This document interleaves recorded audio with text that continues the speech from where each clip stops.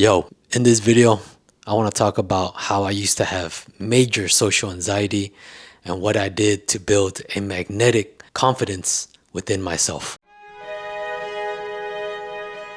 I want to give you a background of my upbringing so you understand how I eventually got to a point where it was so uncomfortable for me to have a conversation. As a kid, I moved every single year of my childhood.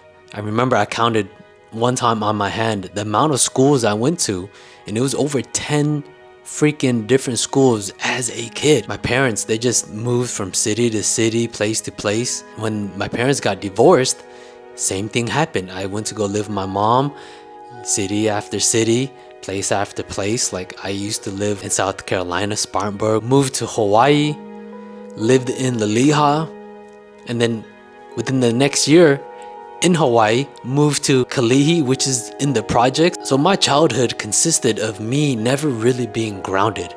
So I didn't form the bonds like most people have as a child. And because of that, it didn't allow me to have conversations or even talk to people. So most of my childhood, I just remember just living, existing, but never really being present, never being grounded, being where my feet is at, really grounded and solid. But it wasn't until high school that I can remember my first conversation. And I remember just looking back at my childhood, it was with my homeboy Sofek.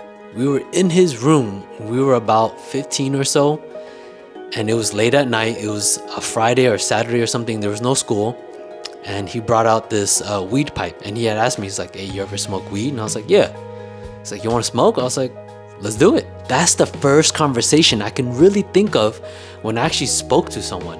It's kind of crazy because as a kid, I'd had girlfriends already, but I don't really remember ever talking to them. That's how crazy it was. But that's how my childhood mostly consisted of me just existing, but never really living. And to make matters worse, I ended up going to prison when I was in college. That just made it 10 times worse. You know, when I went to prison, I didn't want to talk to anyone. I tried to avoid talking to everyone, and I succeeded for the most part. The more you talk, the more you kick it, the more you hang around with people inside prison, the more likely you are to get in trouble. So that's why I just stayed away from everyone. I programmed, I did my push-up, I ate, I read books, I wrote a grip of letters. I stayed to myself. And because of that, I ended up kind of going cuckoo. And when I came home, that cuckoo-ness really showed itself. I remember coming home and everyone was like, yo, let's go out, let's go out, let's go out. My cousin, Ashley, she was like, let's kick it. And I was like, you know what? I just want to come back, take a shower by myself finally, and just go to sleep. That's all I want. I just want peace and quiet. That's it. And I did that for about a week. And I have a younger brother. And at the time, he was in the scene, man. He was at all the clubs, all the bars, party crews. Everyone knew him. He was the cool guy. And my brother, I believe he's still the cool guy now. A lot of people know him. He knows a lot of people. He kisses a lot of babies, shakes a lot of hands. And he's like, yo, let's go out. Keep in mind, I've been down for quite some time. I didn't know how to interact. I didn't know how to socialize. I was weird. I was that guy that just kind of stood there in the corner by myself in the dark at a party. That's what it felt like when I went out. He finally took me to the club. It was in Hollywood, and he had all these girls out. He's like, hey bro, I'm gonna bring all these girls out for you, dog. Let's go. I'm like, all right, whatever, cool. He had all these girls there. It was me, him, a couple other people, a whole bunch of girls, a gang of girls. And I just sat there, just kind of taking it all in.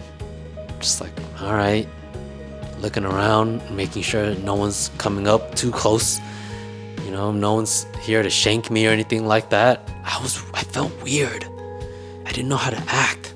The only thing on my mind, to be honest, was me making money. I wanted to, that's what I was thinking. So only thing on my mind was finding work. Lo and behold, I ended up finding this sales gig shortly after I got home from prison.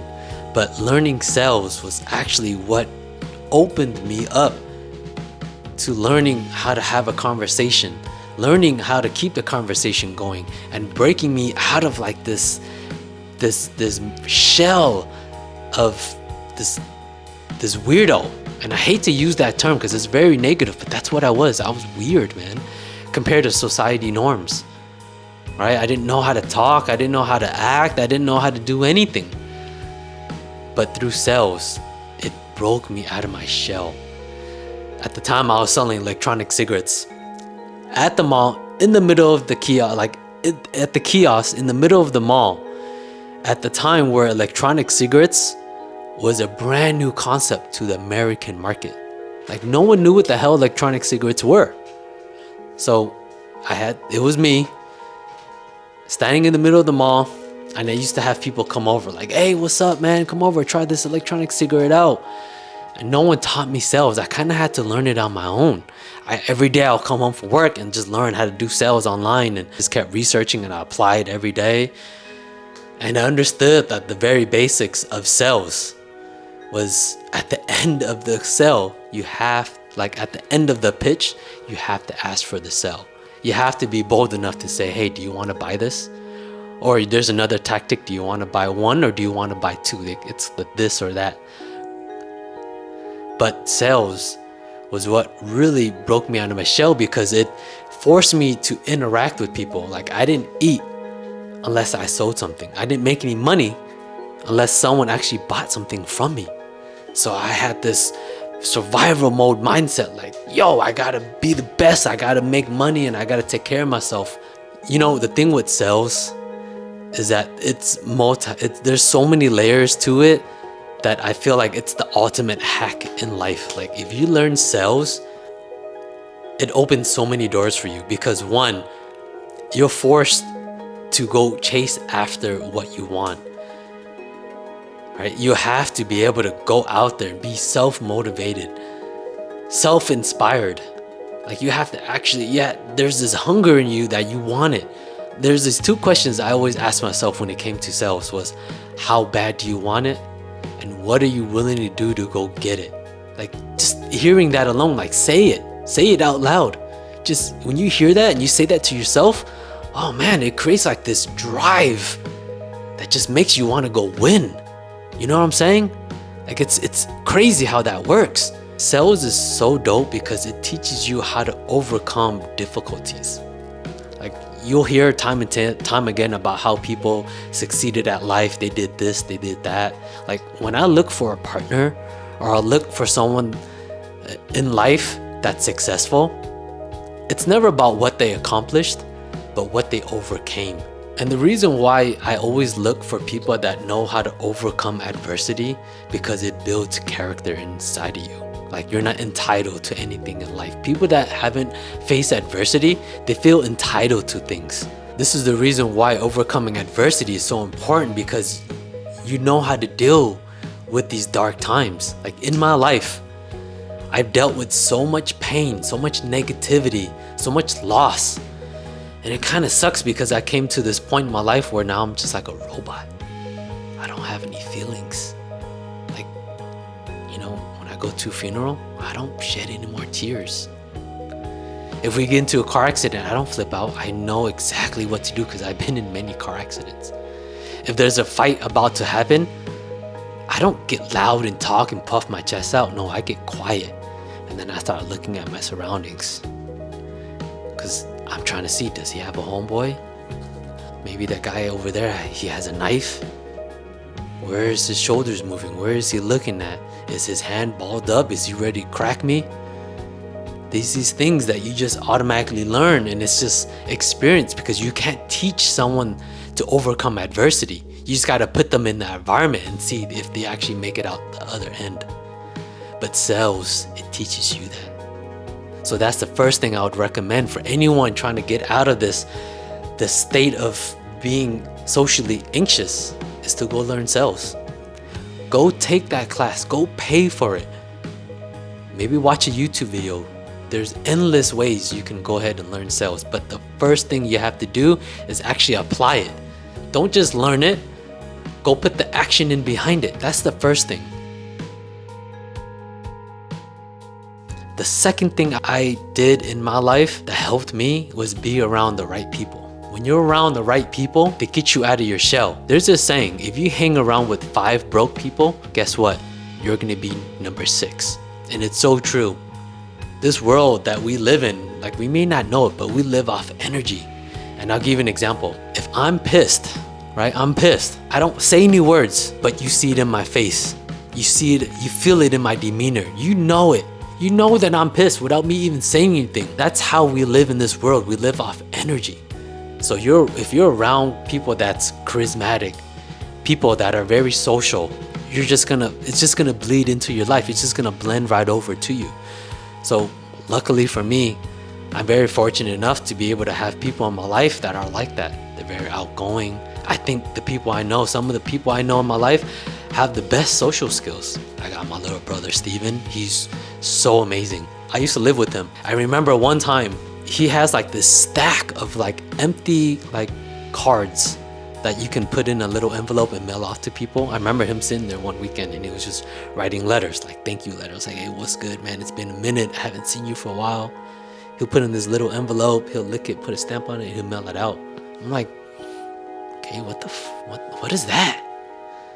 But that's him using his social skills to keep connections in. So even though they may not talk, they may not text all the time, but guess what? Everyone opens their mail. Everyone checks their mail every single day. Some people get a text and they'll look at it, they'll read it, and they won't even reply. And then when you see them, you're like, hey, what's up, bro? It's been a week. I texted you a week ago. They're like, oh yeah, my bad, I got busy. But I guarantee you, if you mail them a letter, they will open it and read it. My brother was on a different level, man. It's so crazy. And I commend him for it. It's nuts that the things that he applies in his life when it comes to just being social is top notch, man. So being around people like my younger brother, my homie Bam, I think another friend that has really good social skills is my friend G. You can put these people in any situation, whether it's with hood people or multi-millionaires or very preppy, have a very strong educational background. That's all they know. It's like they've done this school thing their whole life, like they're scholars. They can blend in any situation. It's so dope the way they can just use their social skills to blend into life. And me being around them, I pick up on the things that they do. I watch, I sit there and I study. And this is part of me being active, right? I don't just be around them and not take anything in, because at that point I'm not growing. It's like, imagine playing a video game. Right? You're playing GTA 5 and you're trying to pass this one mission and you keep dying over and over and over, but you're doing the same things over and over and over. And it's like, at what point are you going to try something different and learn from the mistakes and do something new to go to the next mission? It's like, come on, we got to learn and we got to apply this new skill. So me being around my friends, I sit there and I watch them go. So now in my life, I'm like, oh shoot, Amazon Prime just passed. I bought me a fat ass stack of cards so I can mail out to people and say thank you.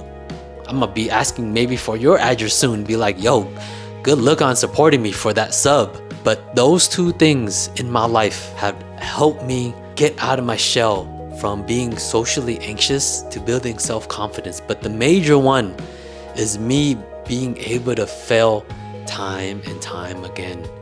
Being able to be around people that have failed in their life and seeing them overcome things. You marriage those two together, you are going to be an unstoppable force. Hopefully you take what I've spit in this video and you apply it to your life and you can come out of that shell. If you haven't learned sales, go learn sales and go be around people that already have that social charisma that you're looking for. Until next time, I'll talk to you guys then.